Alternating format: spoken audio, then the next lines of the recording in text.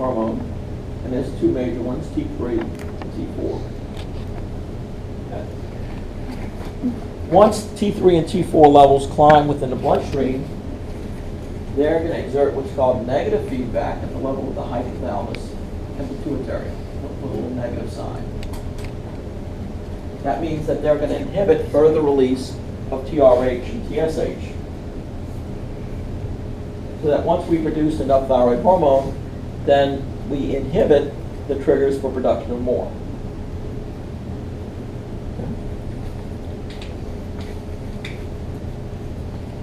Now, when this T3 and T4 undergo metabolism and the levels within the blood begin to drop, what happens? We remove the negative feedback.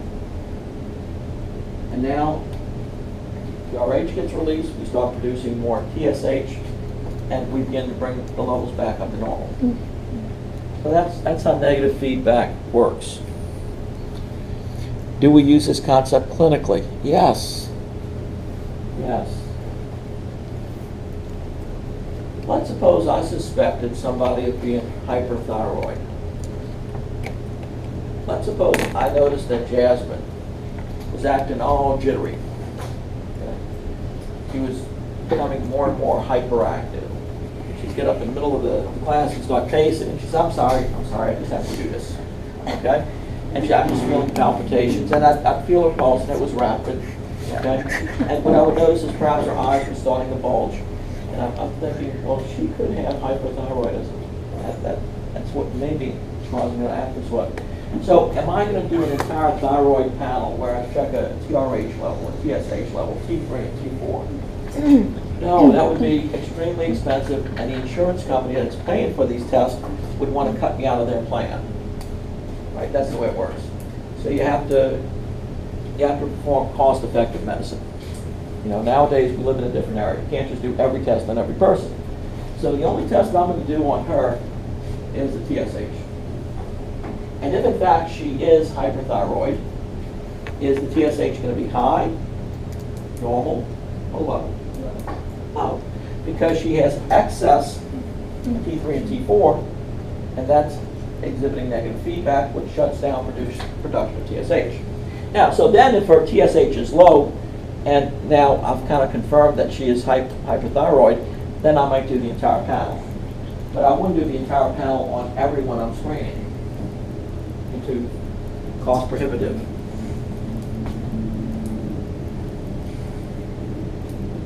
So in general, that's the way most hormones are regulated, through negative feedback. All right.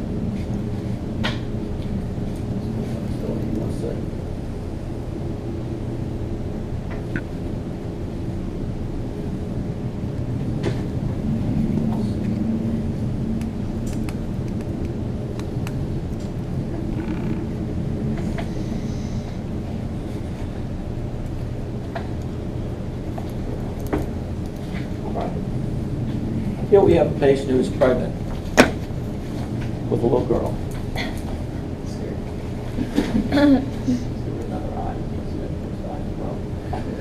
Okay. Now, what happens is over the course of 9 months, a period of gestation, that child continues to grow and grow and grow until, as the fetus reaches maturity, it begins to increase the tension against the myometrium. Okay. And that's going to trigger generation of afferent impulses. Way up here to the hypothalamus. And in response to these incoming sensory impulses, the hypothalamus is going to begin to produce little bits of oxytocin.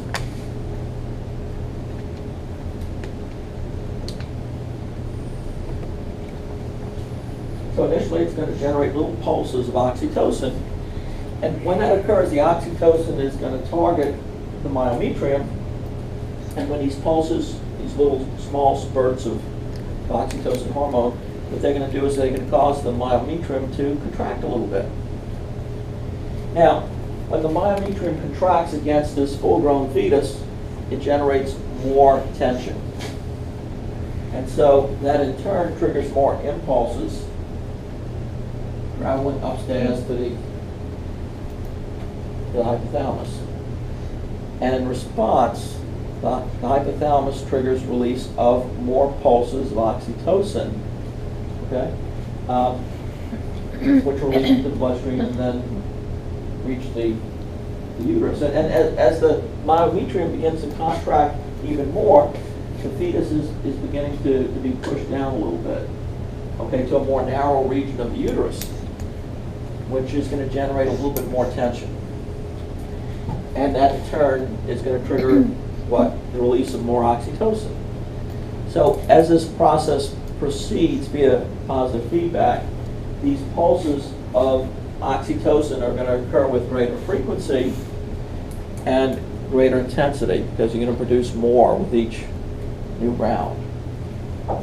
Okay? And so this is called a positive feedback mechanism, where one thing induces more of the same instead of inhibiting. The only way these pulses of oxytocin stop is when the possum here is delivered. And now there's no longer any tension. Well, the names I got when I worked in Pineville, okay, Louisiana. There was a family that had two daughters. One was possum, one was pudding. I do not believe you. It's true. Now, I don't know if that Someone was, named their child Possum? I'm sure it was their nickname. Okay. Let's hope.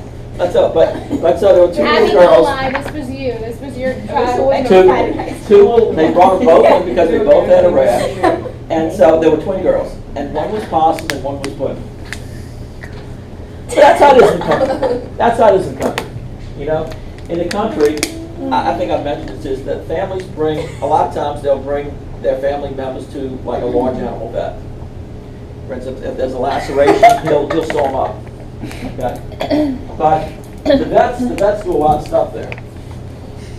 All right, so I'll give you another example of oxytocin, positive feedback.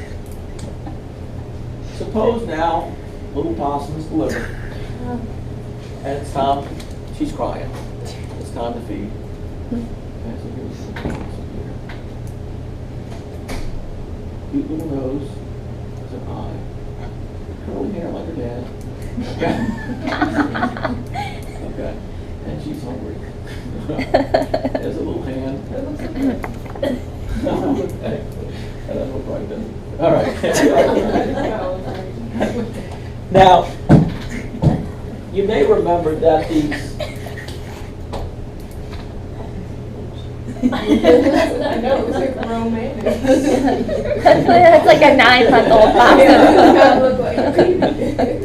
They grow up big in the country. I mean, the kids. So these.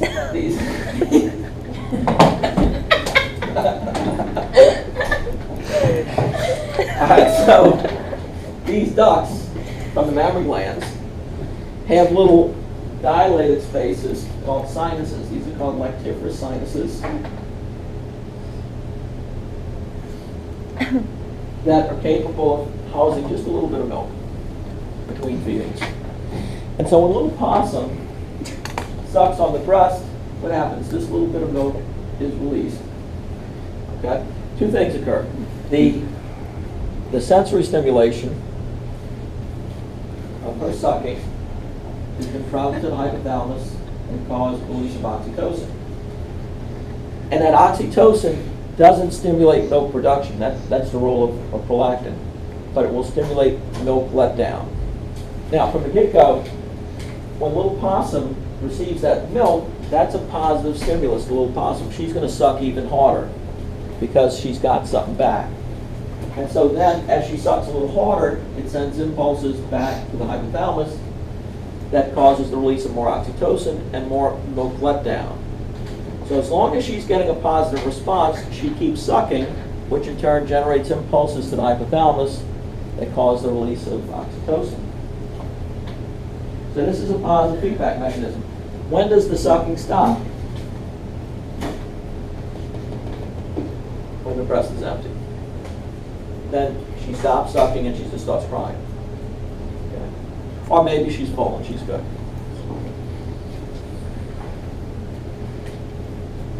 positive versus negative feedback. So I said this stuff already, that each type of anterior pituitary hormone, and this is only true for the anterior pituitaries, there's a corresponding releasing factor or hormone. So if you're in textbooks, they're on an RH or sometimes RF if they're using the term factor. For some of these anterior pituitary hormones, there's also an inhibitory factor. Now, when the hypothalamus releases a hypothalamic hormone, the way that hormone reaches the pituitary is through a portal system. You remember what a portal system is? Did we talk about this? A portal system is a type of special vascular connection where you have two capillary beds in sequence. And those capillary beds are connected by some type of portal artery or vein. Okay? I think you know that normally an artery carries blood to a capillary bed, which in turn drains into a vein that returns blood back to the heart. Now, suppose if instead of this more typical setup, we have a situation where you have two capillary beds in sequence connected by some type of portal vessel. A portal vessel would be simply a vessel that is a go-between between those capillary beds. Could be an artery, could be a vein. Well, then we'd call this a portal system. Okay? And this portal vessel is usually named based upon the location of this second capillary bed. I'll give you an example. Hepatic portal vein. Okay. The hepatic portal vein is going to carry, let's say, nutrients, other substances from intestinal capillaries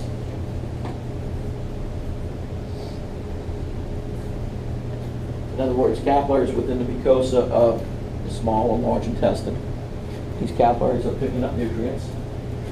They're dumping them into the hepatic portal vein, and then the hepatic portal vein is carrying them to another capillary bed. These are sinusoidal capillaries. The hepatic sinusoids. So then this go-between vessel, this portal vein, is called the hepatic portal vein because this second bed of capillaries, sinusoidal capillaries, is located in the liver. See? So that's a portal system. We recently talked about another portal system. Do you know what it is? The paratubular and the vasorecta? No, not that, No? but you're close. You're close. Glomerular capillaries, Oh. Okay. efferent arterioles, peritubular capillaries. Okay. That's a portal system. In that case, the efferent arteriole is actually a portal vessel, where you have two capillary beds in series. All right. So let's look here. We see a primary capillary plexus that's surrounding the hypothalamus. And here's another capillary plexus surrounding the anterior pituitary. Between these is an apophyseal portal vein. Okay? So you can see how the hypothalamus could release its releasing hormones into the primary capillary plexus. They're carried by the apophyseal portal vein into the secondary plexus surrounding the pituitary. And from here, they can undergo extravasation and reach their target tissue, the cells within the anterior pituitary. So that's a portal system used for carrying, releasing, and inhibiting hormones to the anterior pituitary. Okay. So here in this particular picture, these nuclei here within the ventral hypothalamus,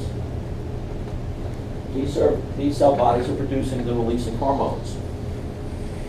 Now, we have a couple of other nuclei here within the hypothalamus, the paraventricular and supraoptic nuclei. And these cell bodies, these nuclei, are producing ADH and oxytocin. Look what's happening. Their axons are carried all the way down to the infundibulum, and they terminate within the posterior pituitary. So those hormones released from the posterior pituitary are actually synthesized up here and carried down to the posterior pituitary, where they await a signal from the hypothalamus to be released. That would be the case for oxytocin and ADH.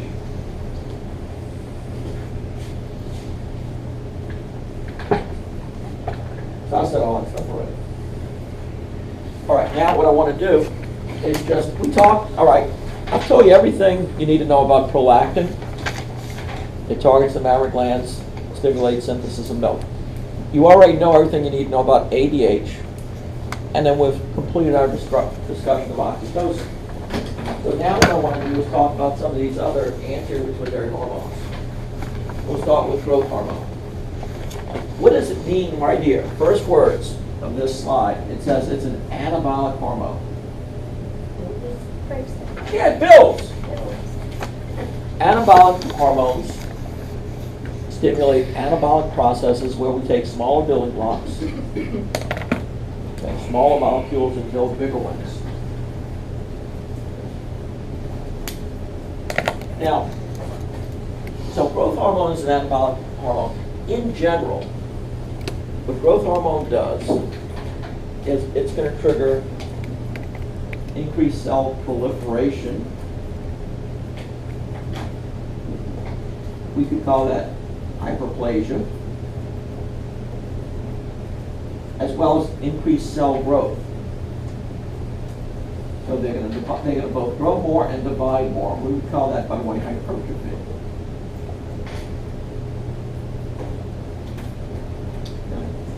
That's kind of a general concept of what growth hormone does, but we'll talk about more details now. With regard to amino acids, it stimulates the uptake of amino acids into cells and their incorporation into proteins. In other words, we're going from small to large.